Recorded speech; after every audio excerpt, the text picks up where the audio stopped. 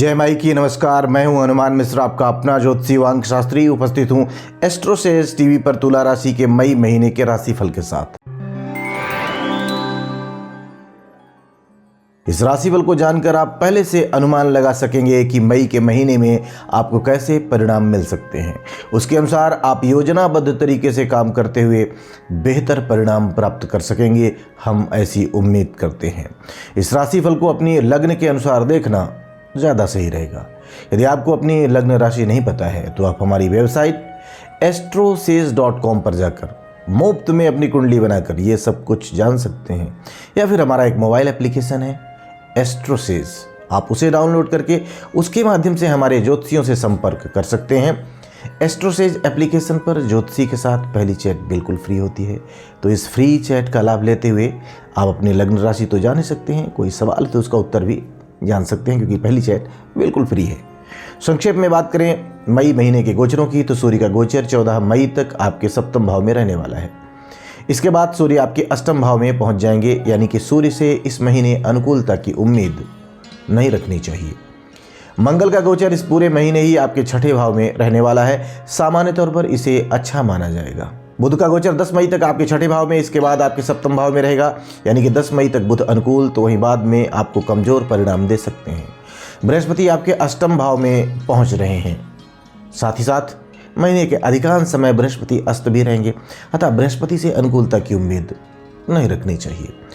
शुक्र ग्रह के गोचर की बात करें तो शुक्र ग्रह इस महीने अस्त रहेंगे, लेकिन महीने की शुरुआत से लेकर 19 मई तक आपके सप्तम भाव में रहेंगे, इसके बाद 8वें भाव में रहेंगे, अर्थात 19 मई तक शुक्र कमजोर, तो वहीं बाद में तुलनात्मक रूप से बेहतर परिणाम आपको देना चाहेंगे। शनि ग्रह आपके पंचम भाव में बृहस्पति के नक्षत्र में रहेंगे, अतः शनि से अनुकूलता की उम्मीद नहीं रखनी चाहिए। राहु का गोचर आपके छठे भाव में बुध के नक्षत्र में रहेगा, जो आपको अच्छी अनुकूलता देना चाहेंगे। वहीं केतु का गोचर द्वादश भाव में चंद्रमा के नक्षत्र में रहने वाला है, अर्थात केतु से अनुकूलता की उम्मीद ना ही रखें तो ज़्यादा अच्छा है। आइए जानते हैं कि इन सभी गोचरों का संयुक्त रूप से आपकी लग्न या आपकी राशि अर्थात तुला लग्न या तुला राशि पर क्या प्रभाव पड़ने वाला है। और सबसे पहले हम चर्चा करते हैं आपके करियर की। तुला राशि वालों, कार्य क्षेत्र के दृष्टिकोण से मई का महीना आपको मिले जुले परिणाम दे सकता है। हालांकि नौकरी पेशा लोग इस महीने काफ़ी अच्छा कर सकते हैं। छठे भाव में मंगल का गोचर कठिन टास्क को भी इजीली यानी आसानी से पूरा करने में मददगार बन सकता है, जिसका सकारात्मक प्रभाव आपकी नौकरी पर देखने को मिलेगा। लेकिन व्यापार व्यवसाय से संबंधित मामलों के लिए यह महीना कम अनुकूल कहा जाएगा। बुध का गोचर महीने की शुरुआत से लेकर 10 मई तक छठे भाव में रहेगा, यह अच्छी बात है, लेकिन नीच का रहेगा, अतः कोई व्यापारिक रिस्क, खासकर बड़ा रिस्क लेना ठीक नहीं रहेगा। 10 मई के बाद बुध सप्तम भाव में जाएंगे, यह भी व्यापारिक दृष्टिकोण से अच्छा नहीं होगा, विशेषकर यदि आपका व्यापार व्यवसाय विदेश से संबंधित है या किसी दूर के स्थान से संबंधित है, तो आपको किसी भी प्रकार का कोई भी रिस्क लेना उचित नहीं रहेगा। यानी कि इस महीने कुछ अच्छे तो कुछ कमजोर परिणाम मिल सकते हैं। इस तरह से हम कह सकते हैं कि मई का महीना तुला लग्न या तुला राशि वाले लोगों के करियर के लिए मिले जुले परिणाम देने का काम कर सकता है। आइए अब जान लिया जाए कि तुला लग्न या तुला राशि वाले लोगों के आर्थिक मामलों के लिए मई 2024 का महीना कैसा रहने वाला है। तुला राशि वालों, मई के महीने के पहले हिस्से में आपके लाभ भाव का स्वामी सूर्य उच्च अवस्था में रहेगा, जो आपको अच्छा लाभ करवाने का प्रयास करेगा। हालांकि सप्तम भाव में सूर्य के गोचर को अच्छा नहीं माना जाता है, लेकिन लाभ भाव के स्वामी का उच्च का होना अच्छे लाभ दिलवाने में सहायक हो सकता है। वहीं धन भाव के स्वामी मंगल की स्थिति इस महीने काफी अच्छी रहने वाली है। धन भाव पर बृहस्पति की दृष्टि भी अनुकूल परिणाम दे सकती है, तो इस तरह से आप बचत और संचित धन के सही निवेश के मामले में काफी अच्छे परिणाम प्राप्त कर सकेंगे। अर्थात कमाई के दृष्टिकोण से महीना एवरेज या मिला जुला रह सकता है, तो वहीं बचत के दृष्टिकोण से अथवा बचाए हुए पैसों की रक्षा, सुरक्षा व निवेश आदि के दृष्टिकोण से महीना अच्छा रह सकता है। आइए अब जान लिया जाए कि तुला राशि वाले लोगों के स्वास्थ्य के लिए मई का महीना कैसा रहेगा। तुला राशि वालों, स्वास्थ्य के दृष्टिकोण से हम इस महीने को थोड़ा सा कमजोर कहना चाहेंगे। हालांकि महीने की शुरुआत से लेकर 19 मई तक आपके लग्न या राशि के स्वामी शुक्र अपनी राशि को देखेंगे, अतः कोई बड़ी स्वास्थ्य समस्या नहीं आने देंगे। लेकिन सप्तम भाव में शुक्र के गोचर को अच्छा नहीं माना गया है। ऊपर से शुक्र सूर्य की युति पर शनि की दृष्टि को स्वास्थ्य के लिए अच्छा नहीं माना जाएगा। 19 मई के बाद शुक्र 8वें भाव में होंगे। भले ही 8वें भाव में शुक्र के गोचर को अच्छा कहा जाता है, लेकिन लग्न या राशि के स्वामी का 8वें भाव में जाना ये अच्छा नहीं होगा, इस दृष्टिकोण से अच्छा नहीं माना जाएगा। इस तरह से हम कह सकते हैं कि स्वास्थ्य के दृष्टिकोण से यह महीना मिला जुला या फिर कुछ मामलों में थोड़े से कमज़ोर परिणाम भी दे सकता है। आइए आप जान लिया जाए कि तुला लग्न या तुला राशि वाले लोगों के शिक्षा से संबंधित मामलों के लिए मई का महीना कैसा रहने वाला है। तुला राशि वालों, शिक्षा के दृष्टिकोण से मई का महीना आपको औसत परिणाम दे सकता है। यह महीना आपसे अपेक्षाकृत अधिक मेहनत की डिमांड कर सकता है, लेकिन मेहनत करने के बाद परिणाम संतोषप्रद मिलने चाहिए। आपके चतुर्थ तथा पंचम भाव का स्वामी शनि अपनी ही राशि में ही है, पंचम भाव में है। यह एक औसत स्थिति है। उच्च शिक्षा का कारक बृहस्पति अष्टम भाव में है, यह एक कमज़ोर स्थिति है। वहीं बुध 10 मई तक एवरेज, तो वहीं बाद में कमज़ोर रहेंगे।